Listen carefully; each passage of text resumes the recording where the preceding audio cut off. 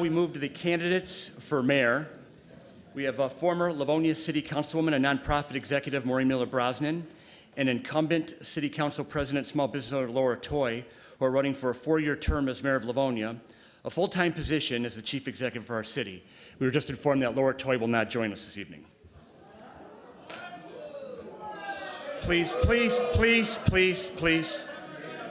let's keep it professional. The mayoral candidate that's with us tonight will be invited to make a 1-minute opening statement and a 2-minute closing statement. And we'll have a 1 minute to answer each question that we have. Again, Laura Tamuch and Sherry Davidek are in the front row and will serve as our timekeepers and inform the candidates of how much time they have left. And with that, we will now turn over to Mrs. Maureen Miller-Brosnan for her opening statement. Thank you, Dan, and the Livonia Chamber of Commerce. One of the most common questions that people ask me on the campaign trail is, what's on your agenda? The honest answer is that it's not my agenda, it's your agenda. You know, when our campaign first started collecting signatures about 5 months ago, and through our ongoing door-knocking campaign, which has put us on literally tens of thousands of doors across Livonia, I have heard from residents about your priorities for our city's future, and here's what you told me. You told me Livonia is an exceptional city, and as mayor, it's going to be my job to ensure that our collective vision for Livonia moves forward and comes to life. So, with me today, I have an agenda for Livonia. This is my list of priorities based on everything that you've told me on the doors. It's available online at www.maureenformayor.com, and there are copies out in the lobby for those who are interested this evening. I really look forward to sharing with you tonight what's inside this plan. All right, the first question we'll go with is on first day as mayor, what will be the first issue you intend to address? Public safety. There is currently a crisis in Livonia. We are short 30 police officers and 5 firefighters. I have been entrusted with the endorsement of the Livonia Police Officers Association, as well as the Livonia Firefighters, Lieutenants and Sergeants, POAM, and the Michigan Firefighters Association, all of them trusting that I am going to be able to work with them to solve that problem. Having a shortage of that magnitude is really a crisis in our community. We're currently working a great deal of overtime, stretching ourselves way too thin in order to maintain our status as one of the safest cities in the United States. All right, the next question. Livonia has been one of the nation's leading markets for millennial home buyers in recent years. What do you believe Livonia has achieved? Why do you believe Livonia has achieved such real estate success, and how do you plan to help keep that going? I think a big part of how we've achieved that success is because we are such an appealing community to young families in terms of our education system. And again, the second thing I hear about next to public safety when I'm knocking on doors as being important to people is education. And they do really want to make sure that we maintain a strong education system. The city has a role to play in making sure that there is open communication between what's going on in the city and what's going on in the schools. I've had a chance to talk with the superintendents of both public school systems here in Livonia, as well as all of the school board members on the Livonia Public School Board, and have been approaching school board members on the Clarenceville Public School System in order to talk with them about their needs and how we might better connect. I hope we get a chime in a further question to talk a little bit more about where I see those interactions at. All right, this is a question we asked the council candidates. We'll ask you the same. Does Livonia City Hall and the Livonia Civic Center campus need to be redeveloped? If so, why? And how do you plan to do that? Super exciting opportunity there, and that's the word that I want you to remember when you think about redevelopment of City Hall campus. And it really is in terms of the opportunity. Thousands of people throughout Livonia came together last year to help us build a long-term master plan for this community. We called it Vision 21 because it was really designed to do that, to be put in place now, be adopted now by the City Council. We were going to begin the thinking process on that plan and then be ready to roll out some elements of it in 2021. I had the privilege of serving on the steering committee for that on that plan. I thank Dennis Wright greatly for that opportunity, and one of the parts of that plan is redeveloping the City Hall campus, and I think we have great opportunity in order to do that. It'll take time, but we'll get there. All right, do you have any long-term plans for investment in city's infrastructure as it relates to sewer systems and roads? Yeah, the sewer systems and the roads, first of all, and they're two very separate but similar animals in that both of them need to make sure that we have a clear assessment of where our streets and roads are at and where our sewer systems are at in terms of us being an aging community and how much money it's going to take in order to make sure that we maintain our roads and our sewer system at a good level. We did that while I was on the city council. We put in place what is now a leading program throughout the state of Michigan for how to maintain our local roads at a good level. We have an assessment system that's been put in place in the city of Livonia for our infrastructure program, not a super sexy area to have to put money into, but there's going to be a great deal of time and attention that will have to be put into that in my administration.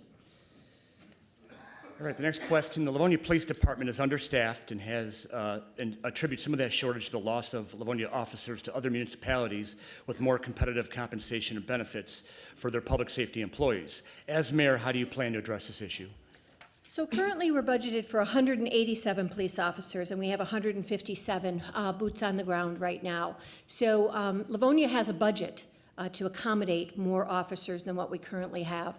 We're having problems attracting new officers and having problems keeping the ones that we have because we don't have a compensation package that clearly reflects the type of work that they do. You know, back in 2003, the city council, because of budget constraints, and a lot of cities found themselves having to do this, moved from a defined benefit program to a defined contribution program. As the economy got better, some of our neighboring communities moved back to either defined benefit program or a hybrid program. It's time for Livonia to put that idea back on the table. It's not as if we're not in a position to do it. It's something that was recently put on the table when the firefighters were negotiating their contract, so there's ample opportunity to look at that, as well as a whole host of other issues. It will be my job as mayor to make sure that we move forward with those negotiations, make sure that we do it expeditiously, and make sure that everything gets considered. All right, next question. Please give us an example of how you've led effective change in an organization or among people who are set in their ways. So, I never, ever have worked in that environment, Dan. I don't know what you are talking about. So let's go back to one of my earliest days on city council when we were exploring an advanced life support system, a paramedic system in Livonia. And what came before us was an opportunity to put in place a contracted service. And there were a number of us on city council that said, you know what, in the long haul, that's probably not going to serve an aging community well. We recognized at the time that we had a growing number of seniors and that to train all of our firefighters was really going to bring us a quality community. That wasn't an easy thing to sell to people, but we managed to do it, and we managed to bring together a lot of people around the idea that this was going to be a long-term solution for a community, quite honestly, that values quality and values investment. And it's been an investment that has paid off. We are now in our 20th year of having an advanced life support paramedic system, and I would bet you there are people in the audience that have had your lives saved by them. All right, next. Now that Michigan voters have approved legal use of recreational marijuana, would you support action by the Livonia City Council to enable businesses in Livonia to sell and manufacture marijuana? Why or why not? So, you know, it's important to understand, again, what lane you operate in. Approving whether or not we are going to zone appropriately to sell marijuana is a decision that resides here at the city council table. The city council early on resoundingly said no, they were not going to approve the sale of marijuana in Livonia. You know, this is an evolving topic. It's one where a number of our neighboring communities have opted into the program. And so I think we have an opportunity here to take advantage of the position that the council has taken to step back, to learn what's happening in other communities, and to learn perhaps how we might be able to advantage ourselves from marijuana sales in some form, whether that's in research or whether or not that's in transporting or manufacturing. There are a lot of different ways to capture some of the tax base that's available, not just necessarily through sales, but we have some time in order to study that, to learn, to figure out what's going to be best for our community. All right. It has been reported recently that traditional curbside recycling programs are becoming less effective as more items left in recycling bins have no value, increased costs for sorting, and they still end up in landfills. What does Livonia have to do to modernize its curbside recycling program? You know, we tried during the last contract negotiation to modernize our system just by allowing people to capture more of their recycling and putting larger bins in place. That has been a miss, quite frankly, by our current provider, in that those bins have never been really made readily available to people. The opportunity has not been utilized to promote the use of those larger bins. And I talk to people all the time as I'm knocking on over 20,000 doors who talk about wanting to engage more in recycling. You know, not having a vehicle in place to capture that was the first mistake. So we are really going to have to step back and take a look at what the market has to offer and where we may find some commodities that are more valuable than others. So, all right, you mentioned this earlier. Livonia recently completed a comprehensive effort to develop and approve a new land use master plan for the entire city. What parts of the plan would you like to see implemented first as mayor? Let's see. You know, the first and the easiest thing to do is to really take the plan itself and to talk about the energy and the enthusiasm that was put into the plan. One of the major concepts behind the plan isn't necessarily a bricks and mortar concept. It's about creating the place, marketing Livonia and marketing our strengths so that we're able to attract the types of businesses that are going to be necessary to help us redevelop property. So actually, one of the first things that has to be done is to take that plan off the shelf, dust it off a little bit, dance it around, get people familiar with it, engaged in it, especially our development community, our real estate community, and large businesses and other manufacturers. People have to understand the value in that plan. They have to understand that it's a plan that was built by this city and that we're going to stand strongly behind. I heard a lot of really good positive feedback in the prior candidates forum with our council candidates who are anxious to launch the plan, and that's a first step. All right, I'm going to ask you a question that was asked in the council forum. What kind of improvements do you have in mind to enhance Greenmead Historical Park, to not only repair it, but to make it more active? Yeah. So Greenmead, as was stated in the previous forum, it truly is a gem.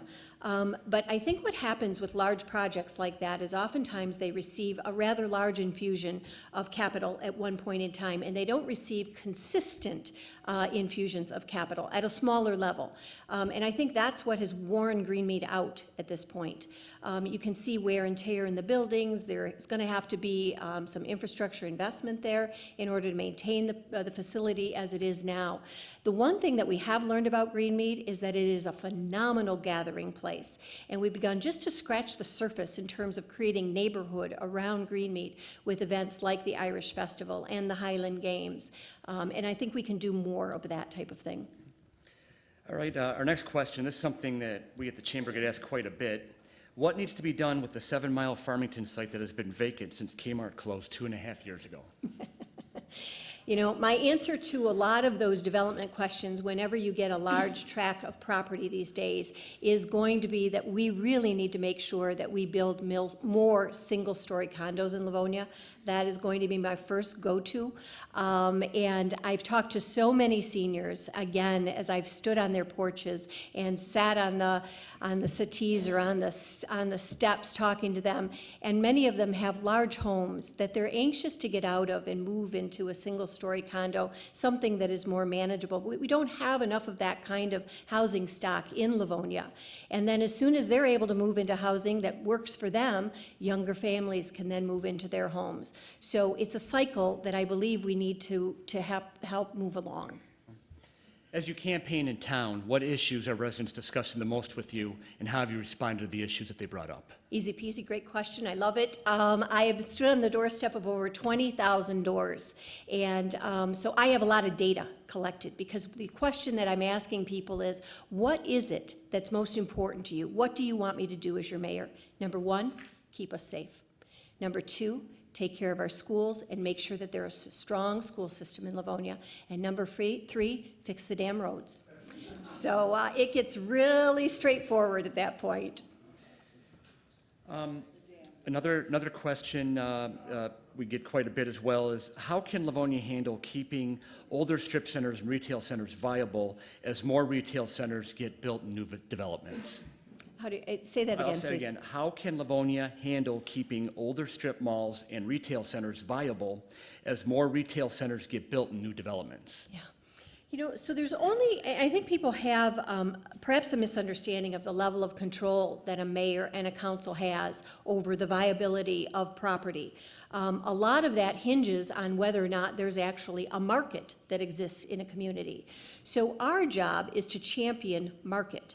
Our job is to really make sure that there are people that are working and living in the community that wish to avail themselves of services that exist in strip centers and in commercial zones and commercial areas.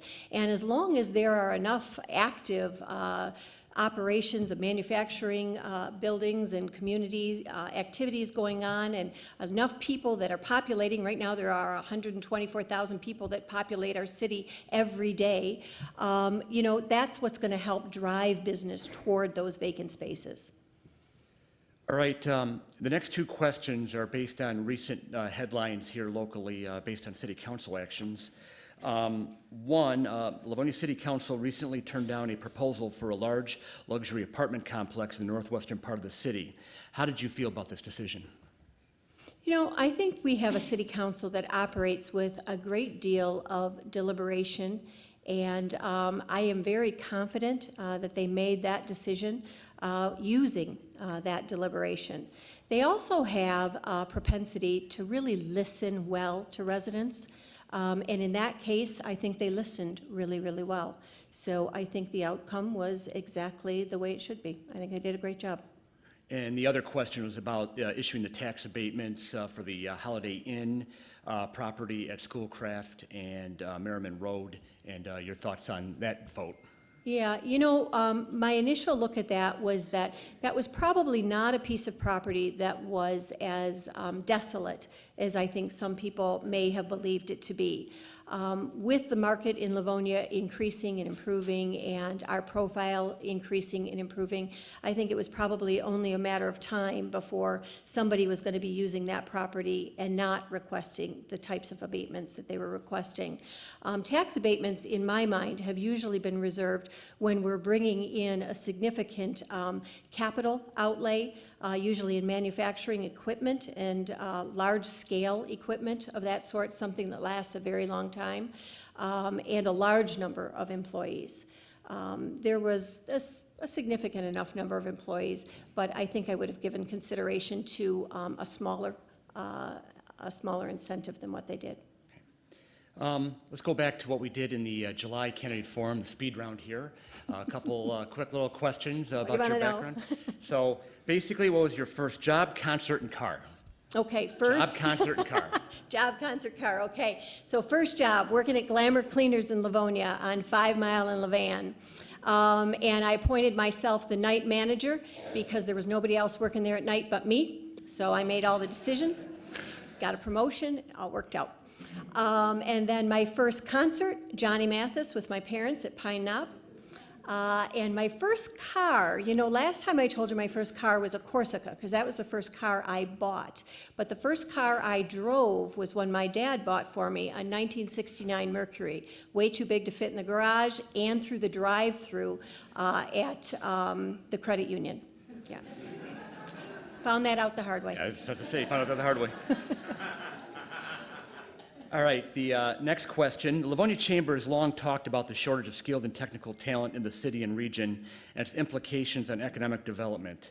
As mayor, what plans do you have in mind to boost the talent pipeline for Livonia's employers? Dan, this is a great question and one that I get asked a lot and I love. You and I have talked about this. We have some great opportunities here. You know, 55% of our tax base is taken care of by the manufacturing and commercial sectors in our city. And we have a huge manufacturing community here that is looking for talented people to build into their programs. And we also have a large number of high school graduates, some of which are not going to go on to 4-year university degrees, that are looking to get employed right out of school. So I think if we have a mayor who takes a leadership role in putting together a stronger workforce development program here in Livonia, we're going to find that we're able to avail ourselves of those kinds of opportunities. You layer that that on top of the fact that I've had huge support across the board from just about every labor union who is trusting that I'm going to be able to create good working family jobs in Livonia, and I think we just have a recipe for success here. All right, this is an audience member of the audience gave us this question. In order to improve City Hall, sewers, roads, we talked about earlier, will a tax increase be necessary? I don't know yet. I do know that the size of the problem is a $36.5 million problem in terms of our infrastructure, water and sewer. And I know we all have serious concerns about making sure that we have a good, safe, sound water system. And that $36.5 million price tag is a price tag that will carry us through the next 5 years. So I don't yet know how we're going to accomplish that. We're first going to turn to the state of Michigan to see if there are any grant funds available.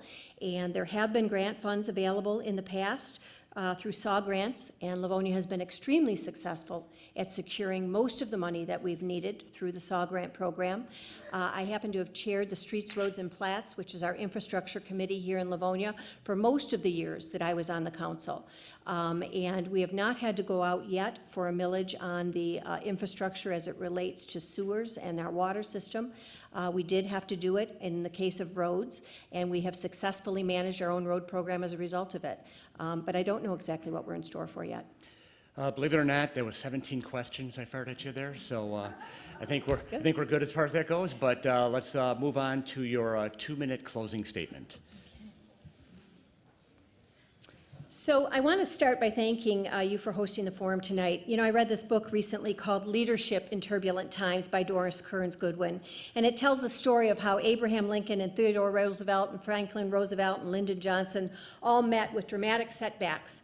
And at moments of great challenge and often hardship, they summoned upon their talents and enlarged the opportunities and lives of others as a result of it. And as I read the book, the most common denominator in all of their lives was that they showed up. They showed up. They showed up no matter how difficult the situation. They showed up prepared. They showed up determined to serve and to make things better for others.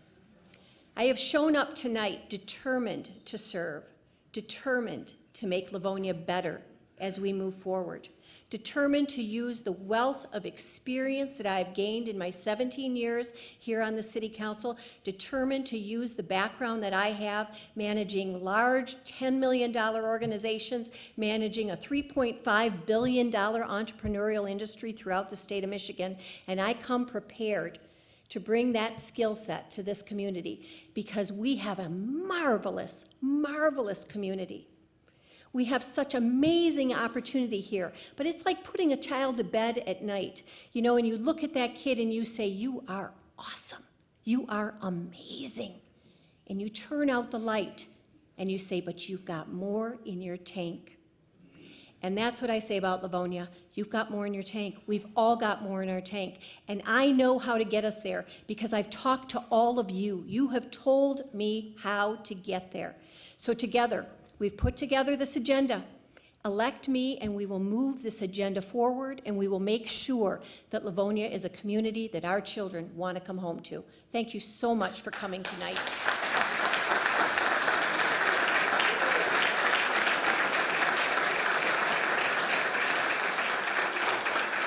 Thank you, Mrs. Brosnan, for being here today. Best of luck to you and to Laura Toy's campaign going forward the rest of this fall. Again, the Livonia Chamber of Commerce wants to thank each of the candidates in our audience for their involvement in the program. Also, we'd like to thank Livonia City Television for its efforts to record and rebroadcast this program. Replays of this forum can be seen by Livonia subscribers on Cable Access 8, and I want to particularly thank the efforts of Frank Molnar for producing today. Again, we thank everyone for coming tonight. Please vote on November 5th. If you cannot vote that day, please get an absentee ballot. You can see the city clerk for that. Again, thank you for joining us and have a great evening.